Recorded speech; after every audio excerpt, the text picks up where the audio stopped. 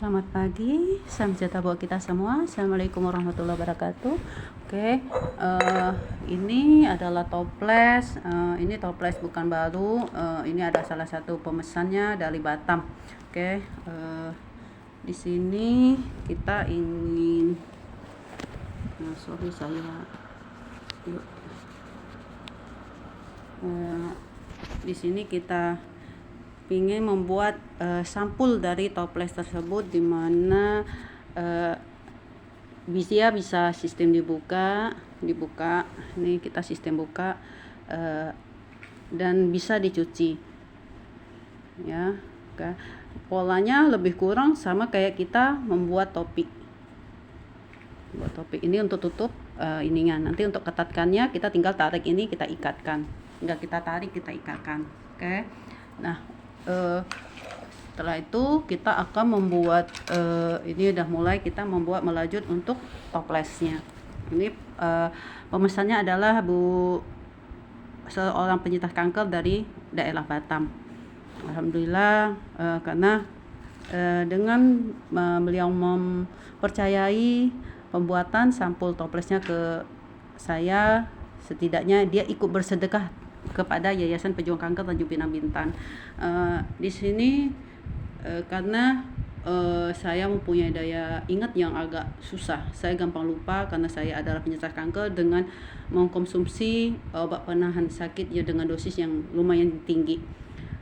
Di sini saya bikin catatan pola untuk tutupnya itu kita buat sama polanya, hampir sama dengan membuat topi. Jadi untuk ininya kita bikin dulu 5 lantai slipstick, dia itu bikin lagi 10 lantai, dia itu bikin 1 lubang 1 lantai tambah 1 lantai, yaitu sistem ABC. Dah itu kita bikin double stick lagi untuk lubang yang seterusnya seperti ini. Oke, jadinya seperti ini. Dan untuk mengetatkannya kita cukup menarik ini. Jadi untuk hasil dari toplesnya akan saya videokan kembali. Nah, kenapa saya lebih larikan ke rajut? Karena saya mengalami untuk mengingat sesuatu itu agak sulit. Saya pernah ingin mengikuti suatu kegiatan, sudah memakai baju seragamnya, saya pergi, ternyata sampai setengah jalan saya lupa saya mau kemana. Saya seperti orang kehilangan barang, saya berhenti dan melihat ke bawah untuk mengingat saya mau kemana sih. Padahal saya udah pakai seragam untuk kegiatan tersebut. Nah, sampai ada berhenti seseorang tanya, "Mbak kenapa? Cari barang apa yang hilang?" Nah, saya bilang nggak ada yang hilang Pak. Saya lupa saya mau kemana. Nah, akhirnya Bapak tersebut mengatakan tidak boleh pergi sendiri kalau sering seperti itu. Nah, akhirnya saya ketika berobat di rumah sakit Dermai, saya membicarakan hal itu kepada dokter onkologinya, dan akhirnya saya di terapi. Di situ saya disuruh mengingat, berhitung. Tapi kalau hanya berhitung aja tanpa melakukan kegiatan, boring atau bosan, kita semua pasti bosan sekali.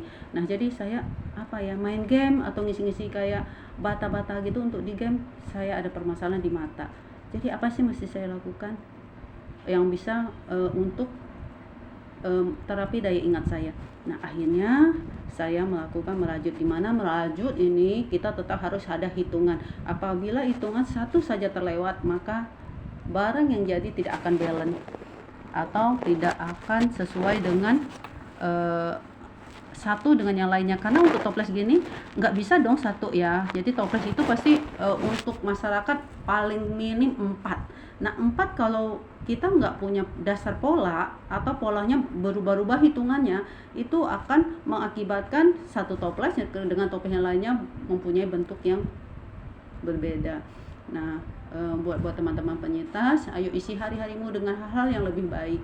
Karena seorang penyintas kanker dengan divonis kanker bukan berarti terputuslah semua kegiatan kita.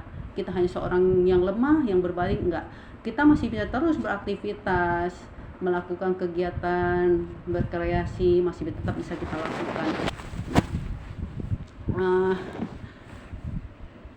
kita bersama yayasan di dalam ya naungan Yayasan Pejuang Kanker Tanjung Pinang Bintan, di mana anggotanya bukan hanya Tanjung Pinang Bintan tapi dari daerah-daerah lain juga banyak, karena visi dan misi yayasan adalah menjadikan Yayasan Pejuang Kanker Tanjung Pinang Bintan yaitu wadah di mana penyintas kankernya dapat berkumpul, saling berbagi informasi, saling memotivasi, dan mudah-mudahan apa yang dilakukan bisa menjadi inspirasi.